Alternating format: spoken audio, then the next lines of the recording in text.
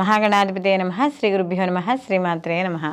Vibrant భక్తి ప్రేక్షకులకి స్వాగతం. ఇప్పుడు ప్రస్తుతం ఉన్న సమాజంలో అందరికీ చాలా అనుమానం ఉన్న అంశం శబరిమల ఆడవాళ్ళు ఎందుకు వెళ్ళకూడదు అనేది. వెళ్తే ఏమవుతుంది? దేవుడి దృష్టిలో అందరూ ఒకటే కదా, స్త్రీ పురుష నపుంసక భేదం లేదు కదా. మరి లేనప్పుడు వెళితే ఏమవుతుంది? ఎందుకు రానివ్వరు? అంటే ఇది స్త్రీలను తక్కువ చేయడమా, లేకపోతే స్త్రీలకి పురుషులకి భేదాన్ని ఎక్కువగా చూపించడమా? మరి ఇప్పుడు ఈ రోజుల్లో కూడా పురుషుడు ఎలా కష్టపడుతున్నాడో స్త్రీ కూడా అలాగే కష్టపడుతోంది కదా అని ఇలా రకరకాలైన వితండవాదనలు మనం వింటున్నాం. అయితే ఇక్కడ శబరిమలలో అంటే ఇప్పుడు కొన్ని ప్రాంతాల్లో క్షేత్రాల్లో ఉండేటప్పటికీ మనకి దేవాలయాలకు సంబంధించిన ఆగమ పద్ధతులని కొన్ని ఉంటాయి. ప్రతి దేవాలయానికి కూడా ఒక్కొక్క రకమైన ఒక్కొక్క నియమాలు నిబంధనలు ఆ క్షేత్రానికి సంబంధించినవి ఉంటూ ఉంటాయి.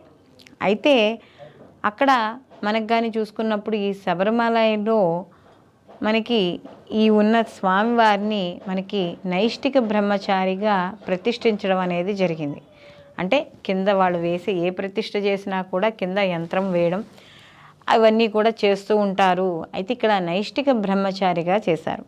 అయితే ఈ ప్రతిష్ఠ ఏదైతే ఉందో ఈ ప్రతిష్టకు సంబంధించినవి వాళ్ళు చేసే యంత్రాలు కానీ ఏవి కానీ పూజలు కానీ అలాగే ఉంటాయి. మరి స్త్రీలు రాకూడదు అనుకుంటే అసలు ఏ వయసులో ఉన్నా కూడా వెళ్ళకూడదుగా, మరి పనికిరాదుగా. అది 60 ఏళ్ళు దాటిన తర్వాత లేకపోతే చిన్నపిల్లలుగా ఉన్నప్పుడు ఎప్పుడూ వెళ్ళకూడదు, ఏ వయసు వాళ్ళు కూడా వెళ్ళకూడదు. కానీ అలా లేదే. నియమం ఎలా ఉంది అంటే ఒక స్త్రీ ఏదైతే ప్రకృతి సహజంగా వాళ్ళకి ఇబ్బందులు మొదలవుతాయో మళ్ళీ ఆ ఇబ్బందులు తొలగే వరకు, అంటే ఇంచుమించు ఏం చెప్తున్నాం మనం ఇప్పుడున్న కాలమాన పరిస్థితుల ప్రకారం ఒక 14 ఏళ్ల నుండి 60 ఏళ్ళు లోపు స్త్రీలు అక్కడికి రాకూడదు అని చెప్తున్నారు. అంతేగాని మొత్తానికి రాకూడదని చెప్పట్లేదుగా. చిన్నపిల్లల్లో కూడా ఆడపిల్లలను మాలేసుకుని తీసుకెళ్తున్నారు.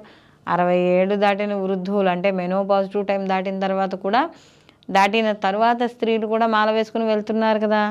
కొంతమంది అయితే పంప వరకు కూడా మనకి స్త్రీలు కొంతమంది రావడం ఉంటుంది. కానీ ఆ 18 మెట్లు ఏదైతే ఎక్కి స్వామిని దర్శనం చేస్తారో దానికి అర్హత లేదు. ఎందుకంటే అక్కడ యొక్క దేవాలయం యొక్క స్వామివారిని ప్రతిష్ఠించిన తీరును బట్టి.